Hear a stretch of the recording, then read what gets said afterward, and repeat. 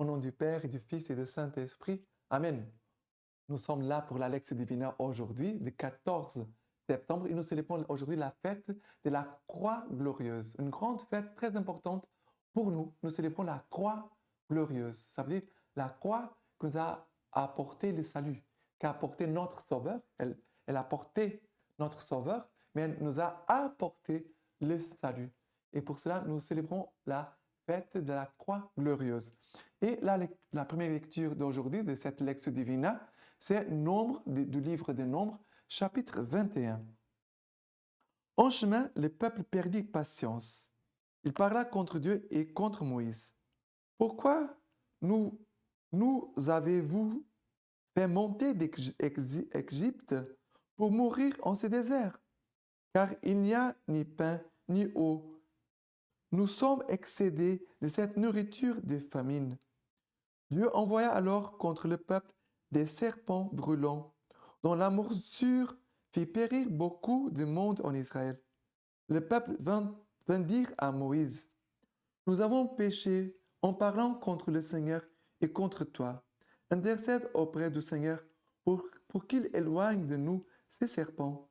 Moïse intercéda pour le peuple, et le Seigneur lui répondit, façonne-toi un brûlant que tu placeras sur un étendard.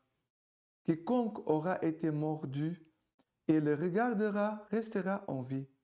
Moïse façonna donc un serpent d'airain qu'il plaça sur l'étendard. Et si un homme était mordu par quelque serpent, il regardait le serpent d'airain et restait en vie. Ici, voilà ce qui se passe, c'est le peuple sur le chemin du désert la parole de Dieu dit, en chemin, le peuple perdit patience. Ils vont commencer à parler contre Dieu et contre Moïse. Ils vont commencer à murmurer, à dire du mal. Et une chose très importante, la louange, nous chrétiens, nous devons louer le Seigneur chaque jour. Nous devons élever nos voix et nos prières pour bénir le Seigneur, pour lui dire notre amour, pour lui dire notre confiance, pour lui dire merci pour ce qu'il fait pour nous, et non pas de murmurer. Parce que celui qui murmure, il est en train de louer les démons. Il est en train de louer les démons. Et si le peuple s'est éloigné vraiment de Dieu, il s'est éloigné aussi de celui qui les conduisait. Ils sont éloignés et vont commencer à murmurer, à dire du mal, à se plaindre. Et après, ils vont commencer à dire, mais pourquoi vous nous avez fait sortir d'Égypte pour nous faire mourir dans le désert? Alors, vous ne nous aimez pas parce que vous voulez notre mort, vous ne voulez pas notre bien, vous voulez nous faire du mal. Regarde, c'est ça que le peuple est en train de dire. Dieu et Moïse, ils veulent notre mal. Ils veulent que nous puissions mourir, souffrir, et nous sommes en plus déjà excédés de cette nourriture de famine. Des dons de Dieu. Regarde, le peuple est en train de dire du mal des dons de Dieu. C'est comme quelqu'un, le Seigneur l'envoie à la providence, ça veut dire, tu as de quoi manger, la personne dit du mal tout le temps, elle râle tout le temps. Voilà, c'est grave ici.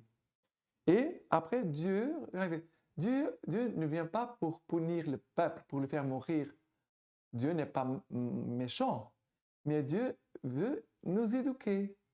Il veut aussi travailler notre conscience pour que l'on puisse connaître son péché. Et il y a des gens qui parfois commettent des péchés, disent du mal, commettent des péchés graves, mais ils trouvent normal. Non, il est en train d'éduquer son peuple.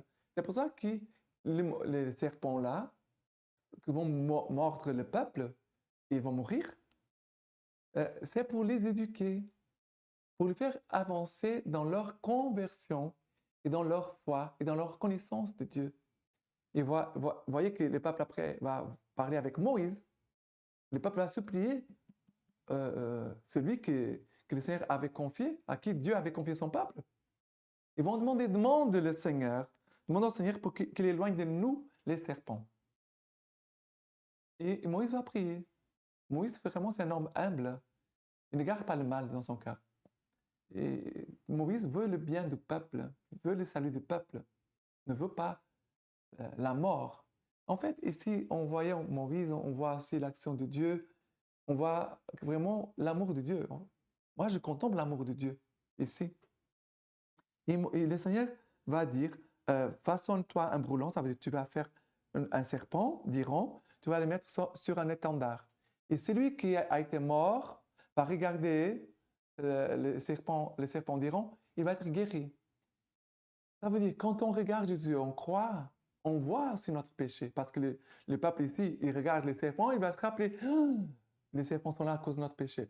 Les serpents sont là à cause de notre péché. Mais ici, ils vont se rappeler de leur péché, mais ils vont aussi recevoir la guérison, le salut de Dieu. C'est ça qu'ils vont comprendre. Vraiment, le Seigneur est miséricordieux, le Seigneur est notre sauveur.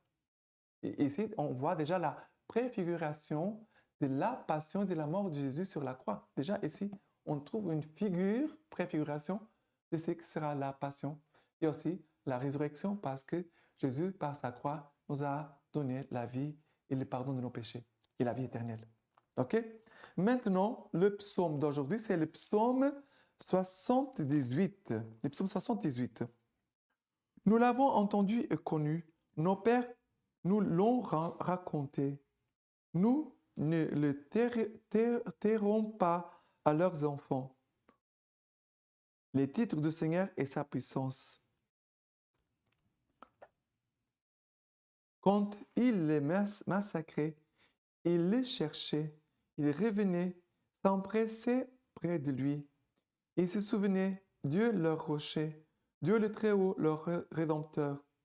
Mais il les flattait de leur bouche, mais de leur langue, ils lui mentaient. Leur cœur n'était pas sûr envers lui. Ils étaient sans foi et en son alliance. Lui alors, dans sa tendresse, effaçait les torts au lieu de dévaster. Il se souvenait, eux, cette chair, souffle qui s'en va et ne revient pas. Mais ce qui me touche ici dans ces psaumes, c'est le peuple va se souvenir Dieu leur rocher, Dieu le Très-Haut leur rédempteur. On ne peut pas oublier que ces lectures, là, le livre des Nombres, c'est l'Ancien Testament, ce n'est pas le Nouveau Testament. Et ici, le psaume il nous fait entrer dans cette compréhension de la pédagogie de Dieu dans nos vies et même aussi parfois des choses difficiles que nous pouvons vivre. Ce n'est pas Dieu qui veut notre mal, mais Dieu peut se servir des situations aussi de souffrance pour nous faire entrer dans la connaissance que vraiment c'est lui notre rocher, que c'est lui notre rédempteur. Et que vraiment que nous devons vivre un chemin de conversion au Seigneur, non pas comme le peuple qui les flattait, le Seigneur de leur bouche, mais de leur langue, il lui mentait. Et parfois, nous pouvons faire pareil. C'est triste. Nous, les chrétiens, on va flatter le Seigneur, mais on est en train de mentir au Seigneur. Mais le Seigneur voit la vérité, on ne peut pas mentir au Seigneur. Et Jésus, ici, c'est le Seigneur qui va nous dire, le Seigneur est tendresse. Dans sa tendresse, il effacer les torts au lieu de dévaster. Le Seigneur veut vraiment effacer dans sa tendresse, oui, effacer nos torts, non pas nous faire du mal. Et ici, il va dire, il se souvenait, eux, cette chair, souffle qui s'en va et ne revient pas. Ça veut dire, nous sommes très faibles, nous sommes comme ici, ce souffle qui passe. Mais le Seigneur, il veut vraiment nous combler de son amour, de sa grâce, de son pardon, pour que nous puissions vraiment vivre en toute vérité une foi profonde en lui, une union profonde en lui. D'accord? Et maintenant, l'évangile d'aujourd'hui, l'évangile c'est Jean chapitre 3, à partir du verset 13. Nul n'est monté au ciel, hormis celui qui est descendu du ciel, le Fils de l'homme. Comme Moïse éleva les serpents dans le désert, ainsi faut-il qu'il soit élevé le Fils de l'homme, ainsi afin que quiconque croit ait en lui la vie éternelle.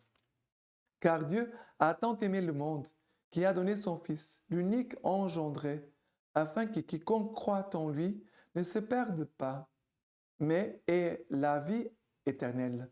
Car Dieu n'a pas envoyé le Fils dans le monde pour juger le monde, mais pour que le monde soit sauvé par son entremise. Et voilà qu'ici, c'est Jésus, dans l'évangile de Jean, dans l'entretien avec Nicodème, Jésus va parler de Moïse, va nous rappeler, voilà, comme, comme Moïse éleva les serpents dans le désert, ainsi faut-il qu'il soit élevé le Fils de l'homme. Ça veut dire, Jésus parle de lui. Il parle de lui. Je dois être élevé pour sauver le monde. Non pas seulement le peuple d'Israël, mais toutes les nations. Jésus est venu pour sauver tous les hommes du monde entier. Tout le monde, de tout le monde. Et après, il lui a dit, afin que quiconque croit ait en lui la vie éternelle. Ça veut dire, ici, déjà, Saint Jean nous dit, quel est le but de notre foi, de notre vie, de notre baptême, de notre cheminement comme disciples du Christ? C'est la vie éternelle. Le but de notre vie, c'est le ciel, la vie éternelle. Mais il va dire encore, Jésus, car Dieu a tant aimé le monde qu'il a donné son Fils unique engendré. Dieu nous a tant aimé le monde. Ça veut dire Dieu a aimé tellement toi et moi. On peut placer, mettre à la place du mot monde, on peut mettre notre prénom. Car Dieu a tant aimé Père Jean qu'il a donné son Fils, l'unique engendré. Ça veut dire, Jésus est mort et c'est vrai pour moi d'une façon personnelle et unique. Et c'est vrai pour toi d'une façon personnelle et unique. Afin que quiconque croit en lui ne se perde pas, mais ait la vie éternelle. Encore Jésus parle de la vie éternelle. Est-ce que vraiment nous désirons la vie éternelle? Est-ce que nous pensons à la vie éternelle? Est-ce que dans notre vie de foi, nous pensons au ciel? Quand il y a des difficultés, des épreuves, des deuils même dans nos familles, est-ce que nous pensons au ciel? Nous pensons à la vie éternelle. Ou nous pensons seulement à cette vie, à la vie ici-bas. Et après, Jésus a dit, car Dieu n'a pas envoyé les fils dans le monde pour juger le monde, mais pour que le monde soit sauvé par son entremise. Jésus n'est pas venu pour condamner, pour juger le monde, mais il est venu pour sauver. Et vraiment que nous puissions faire aujourd'hui une expérience, Jésus vient me sauver. De quoi Jésus vient te sauver aujourd'hui? De quel péché tu as besoin d'être sauvé? Voilà, parce que ce sont des choses concrètes. Notre foi, ce n'est pas dans l'air. De quoi aujourd'hui j'ai besoin d'être sauvé? Moi, Père Jean, toi, de quoi tu as besoin d'être sauvé aujourd'hui? Et que nous puissions vraiment nous laisser sauver par Jésus-Christ. Non pas se laisser vouloir se sauver soi-même, mais laissons-nous humblement et dans la foi et dans la confiance laisser Jésus nous sauver. Nous puissions vraiment unir notre vie à la croix glorieuse, à cette croix que nous a donnée, qui nous a apporté le salut et la vie éternelle. Mais regarde tout le mal, tous les péchés, toutes les choses du mal, de la méchanceté des hommes, que nous puissions à chaque jour déposer au pied de la croix. Voilà, un exercice pour chaque jour, un exercice. Chaque soir, avant d'aller te coucher, dépose au pied de Jésus, au pied de la croix de Jésus. Même si tu n'as pas une croix dans ta maison, il faut avoir une croix, tout le monde doit avoir une croix. Mais même dans ton cœur, dans ton esprit, dépose. Il faut déposer au pied de la croix tous les péchés, tout le mal, toutes les choses méchantes, mauvaises. On dépose. Sinon, tu vas garder des choses mauvaises dans ton cœur et cela va produire la mort en toi. D'accord? Et maintenant, la lecture patristique d'aujourd'hui, la lecture, la croix, gloire et exaltation du Christ. Homélie de Saint-André de Crète. Nous célébrons la fête de la croix, de cette croix qui a chassé les ténèbres et ramené la lumière. Nous célébrons la fête de la croix et avec les crucifiés, nous sommes portés vers les auteurs. Nous laissons sous le poids de la terre et les péchés pour obtenir les biens du ciel. Quelle grande chose que de posséder la croix. Celui qui la possède un trésor. En effet, s'il n'y avait pas eu la croix, le Christ n'aurait pas été crucifié, la vie n'aurait pas été clouée au gibet, et les sources de l'immortalité, le sang et l'eau qui purifient le monde, n'auraient pas jailli de son côté. Le document reconnaissant les péchés n'aurait pas été déchiré. Nous n'aurions pas reçu la liberté. Nous n'aurions pas profité de l'arbre de la vie. Le paradis ne serait pas ouvert. S'il n'y avait pas eu la croix, la mort n'aurait pas été terrassée. L'enfer n'aurait pas été dépouillé de ses armes. La croix est donc une chose grande et précieuse.